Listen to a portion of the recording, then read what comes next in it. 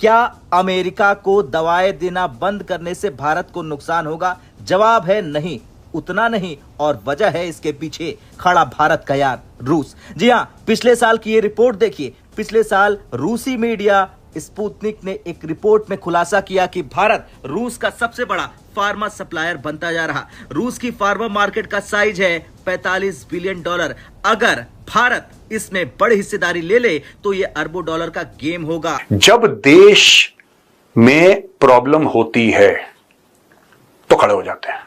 वो कहते नहीं यार कोई बात नहीं, देश पहले है, धंधा हम कहीं और से कर लेंगे ना, धंधे में कमी नहीं आएगी, धंधा कहीं और से हम कर ही लेंगे। इंडिया और अमेरिका के ताल्लुकात में ये जितने लोग थे जिन्होंने माजी में बड़ा काम किया, John Bolton and many others, they even believe कि we need to bring back, हमें इंडिया को वापस लेके आने की ज़रूरत है। और अगर हम इंडिया को वापस लेके आने में कामयाब हो गए, अपने साथ में लाने में कामयाब हो गए, तो that will be another thing. कई बड़े अमेरिकन ब्रांड्स हैं, उन्होंने अपने दाम बढ़ा दिए, जैसा मैंने डिमांड एंड सप्लाई आपको एक्सप्लेन करा, उन्होंने बढ़ा दिए, अपने रेट बढ़ा दिए, और अब अमेरिका में लोगों की चीखें निकल रही हैं। इकोनॉमी को और दुनिया के अंदर कॉन्फ्लिक्ट हो, ये उसके चंगुल से आपको निकाल रहा है, उसको तोड़ रहा है, ये दिखाने के लिए कि पंगा पड़ गया है भारत के साथ। बिल्कुल भी नहीं है। ये क्वेस्ट थी उसकी कि ऐसे आपकी थी, मेक भारत ग्रेट अगेन। हमने अपनी सिविलाइजेशन को वापस लेके आना शुरू किया। किसके हाथों से? लिब्रांडुओं के हाथ से, ग्लोबलिस्ट के हाथ से, एंटी नेशनल एलिमेंट्स के हाथ। ट्रंप ने यूटर्न लिया। 250 टैरिफ का बयान देने के बाद उन्होंने फिलहाल फार्मा सेक्टर को तत्कालीन टैरिफ से बाहर कर दिया। ये साफ संकेत है कि अमेरिका भी समझता है, अमेरिका भी भारत की दवाओं के सामने झुकता है, और ये कदम भारत से ज्यादा खुद अमेरिका को चोट करेगा। इधर दोस्तों अलग अलग चीजें हो रही हैं। अमेरिकन बिजनेसमैन रो रहे हैं, बहुत परेशान है अमेरिकन बिजनेसमैन। लेकिन एक इंडियन बिजनेसमैन ने जो ट्वीट करा है, मैं उनको बहुत अप्रिशिएट यहां पे करना चाहता हूं। मुझे नहीं पता है कौन है, मैंने भी इनका नाम कल ही सुना था for the first time. I don't know who this gentleman is, but इनका नाम है कुणाल गुप्ता। कुणाल गुप्ता का ट्वीट आप देख सकते हैं अपने स्क्रीन पे। We planned 150 crore in e bike exports this year, 100 crore to US itself, tariffs are hurting big time. हमने 150 करोड़, ये कहते हैं कुणाल गुप्ता जी, 150 करोड़ की हमने बाइक्स एक्सपोर्ट करनी थी, जिसमें 100 करोड़ तो सिर्फ अमेरिका को जाने थे। जो टैरिफ हैं इससे हमें बहुत ज्यादा नुकसान हुआ है, ये गुप्ता जी कह रहे हैं। लेकिन फिर कहते हैं कि लेकिन हम आपके साथ खड़े हैं नरेंद्र मोदी जी।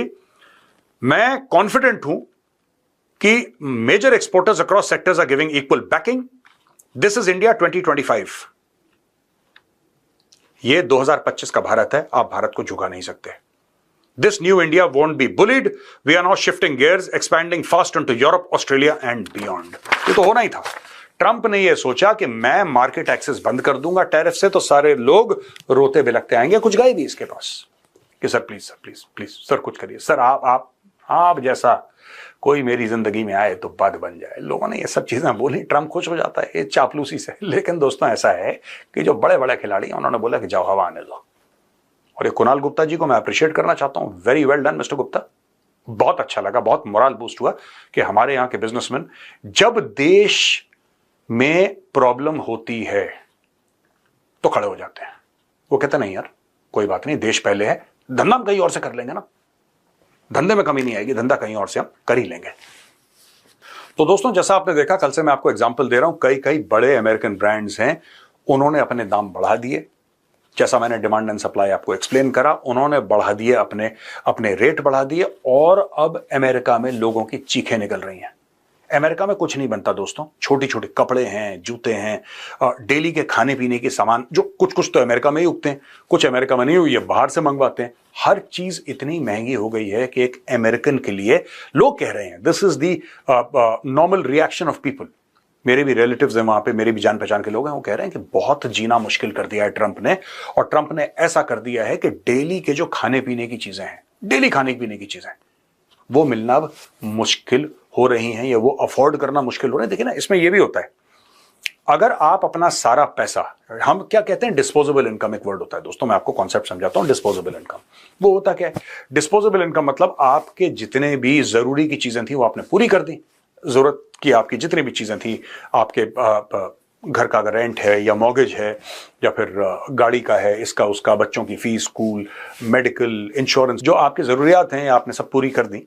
उसके बाद जो पैसा आपका बचता है, जो आप इन्वेस्टमेंट के बाद, वो आपकी डिस्पोजेबल इनकम में खो जाती है। उसको आप डिस्पोज ऑफ, उससे आप ऐशो आराम की, शौक की चीजें खरीदते हैं। ये जो पैसा आ रहा है, ये छोटी छोटी चीजों में ज्यादा बढ़ोतरी हो रही है कॉस्ट में, ये उस डिस्पोजेबल इनकम से आएगा। इसका एक रिपल इफेक्ट होता है, इसका एक डोमिनो इफेक्ट होता है। यानी कि अब आप मान के चलिए कि जो लोग हैं दोस्तों, ये जो लोग हैं जो आज की तारीख में सोच रहे थे कि यार मुझे ना कार खरीदनी है, मुझे एक परिवार के साथ एक हॉलिडे में जाना है, ये लोग अपने वो प्लान्स अब पोस्टपोन कर देंगे, क्योंकि इनकी बेसिक जरूरत की चीजें पूरी नहीं होंगी और जो इनकी डिस्पोजेबल इनकम है वो श्रिंक हो जाएगी। तो दोस्तों, कहने की बात यह है कि अमेरिका में जो मिडिल क्लास है, उसके कोई नई चीज खरीदने के, कोई हाई वैल्यू चीज खरीदने के जो प्लान्स है ना, वो अब पोस्टपोन होने वाले हैं।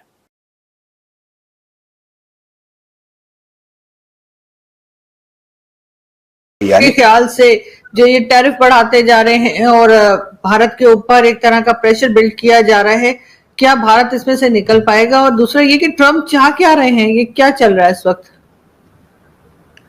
देखिए जी, ये बेसिकली जो इशू था ना, ये इंडिया और अमेरिका के दरमियान तकरीबन इस वक्त को 132 बिलियन डॉलर्स की बायलैटरल ट्रेड चल रही है इंडिया और अमेरिका के दरमियान। अच्छा, अब ये इनके दरमियान ट्रेड नेगोशिएशंस हो रही थी और 5 राउंड्स हो चुके थे। तो वहां पे फिर जो इशू सामने आया वो था जो एग्री प्रोडक्ट्स हैं, जो डेयरी प्रोडक्ट्स हैं, उन पे अमेरिका चाह रहा था कि इंडिया जो है वो जीरो टैरिफ करे, यानी जो अमेरिका से डेयरी प्रोडक्ट्स और एग्री प्रोडक्ट्स इंडिया इंपोर्ट करता है उन पे वो जीरो टैरिफ करे। अब अगर इंडिया जीरो टैरिफ कर देता उनके ऊपर, तो जो इंडियन फार्मर्स हैं या इंडियन जो फिशरमैन है या इंडियन वो जो जिन्होंने कैटल रखी हुई है, वो उनका कारोबार बड़ी बुरी तरह अफेक्ट होना था। क्योंकि यानी अमेरिका से अगर चीजें इंपोर्ट हो रही हैं मिसाल के तौर पे और उस पर टैरिफ नहीं है, तो वो तो जो इंडियन कंज्यूमर है उसको यानी एक कम कीमत पे वो चीज दस्तयाब होगी। तो जब वो कम कीमत पे दस्तयाब होगी तो जो लोकल प्रोड्यूस है या लोकल जो प्रोडक्ट्स हैं वो तो फिर लोग नहीं लेंगे ना। अगर चीज है मिसाल के तौर पे, पनीर है, वो आपको जो इंपोर्टेड है वो 100 रुपए का मिल रहा है और लोकल 150 में पड़ रहा है, तो लोग तो फिर वो खरीदेंगे ना जो सस्ता है, जो बाहर से इंपोर्ट हो रहा है। तो इस वजह से वो एक ब्रेकडाउन हो गया। और अब लेटेस्ट ये है कि प्रेसिडेंट ट्रंप ने कहा है कि जब तक ये टैरिफ का इशू रिजॉल्व नहीं होता तो हम किसी किस्म की कोई नेगोशिएशंस नहीं करेंगे ट्रेड के हवाले से। नमस्कार दोस्तों, स्वागत है आपका हिंदुस्तान करेक्शन के एक और नए एपिसोड में, जहां हम आपको लाते हैं दुनिया भर से जुड़ी सबसे अहम और असरदार खबरें। आज हम बात करने जा रहे हैं एक ऐसे मुद्दे पर जो न केवल भारत की अर्थव्यवस्था बल्कि पूरी दुनिया की दवा सप्लाई चेन को हिला सकता है। दरअसल अमेरिका और भारत के बीच व्यापारिक रिश्तों में हाल के दिनों में तनाव काफी बढ़ गया है। अमेरिकी मीडिया तो दोस्तों, जैसा कि आपने इस पूरे विश्लेषण में देखा, अमेरिका और भारत के बीच दवा सेक्टर को लेकर जो तनाव पैदा हुआ है वो किसी छोटे मोटे विवाद का हिस्सा नहीं बल्कि एक बड़े आर्थिक और रणनीतिक खेल का हिस्सा है। ट्रंप प्रशासन का 275% तक टैरिफ लगाने का प्रस्ताव सिर्फ एक आंकड़ा नहीं है, बल्कि ये एक संकेत है कि अमेरिका भारत के फार्मा सेक्टर की ताकत को चुनौती देना चाहता है। लेकिन इतिहास गवाह है कि भारत ने जब जब चुनौतियों का सामना किया है तब तब उसने नए रास्ते खोजकर और ज्यादा मजबूती से वापसी की है।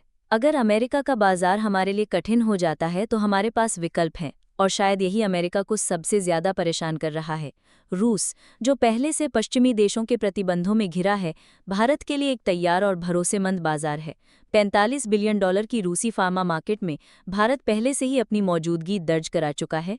सन फार्मा, डॉक्टर रेड्डीज, सिप्ला, लूपन जैसी कंपनियां वहां काम कर रही हैं, और अगर सही रणनीति अपनाई जाए तो आने वाले समय में ये निर्यात कई गुना बढ़ सकता है। ये कदम सिर्फ अमेरिकी दबाव को कम नहीं करेगा बल्कि भारत के फार्मा सेक्टर को एक नए स्वर्ण युग की ओर भी ले जा सकता है। हाँ, रास्ता आसान नहीं होगा। भाषा की बाधा, स्थानीय कानून और बाजार की विशिष्ट ज़रूरतों को समझना बड़ी चुनौतियां होंगी। लेकिन भारत की उद्यमशीलता, नवाचार और अंतर्राष्ट्रीय रिश्तों की मजबूती इन चुनौतियों को अवसर में बदल सकती है। दोस्तों, असली सबक यही है कि वैश्विक व्यापार में केवल एक या दो देशों पर निर्भर रहना आत्मघाती हो सकता है। हमें अपने बाजारों का विविधीकरण करना होगा। रूस, अफ्रीका, लैटिन अमेरिका और एशिया के अन्य देशों में अपने रिश्ते मजबूत करने होंगे। ऐसा करके हम केवल मौजूदा संकट से नहीं निकल सकते, बल्कि आने वाले वर्षों के लिए अपनी अर्थव्यवस्था को और मजबूत बना सकते हैं। तो सवाल अब यह है कि आने वाले महीनों में भारत किस रास्ते पर चलेगा? क्या हम अमेरिकी दबाव के आगे झुकेंगे या फिर एक आत्मनिर्भर, आत्मविश्वासी राष्ट्र की तरह नए रास्ते बनाएंगे और दुनिया को दिखा देंगे कि न्यू इंडिया को कोई भी नहीं झुका सकता? अगर आपको ये वीडियो पसंद आया हो तो इसे लाइक और शेयर ज़रूर करें। भारत के इस रुख को लेकर आपकी क्या राय है, हमें कमेंट सेक्शन में बताएं। और हाँ, चैनल को सब्सक्राइब करना ना भूलें ताकि ऐसे ही महत्वपूर्ण मुद्दों की सटीक और गहन जानकारी आपको मिलती रहे। जय हिंद, वंदे मातरम।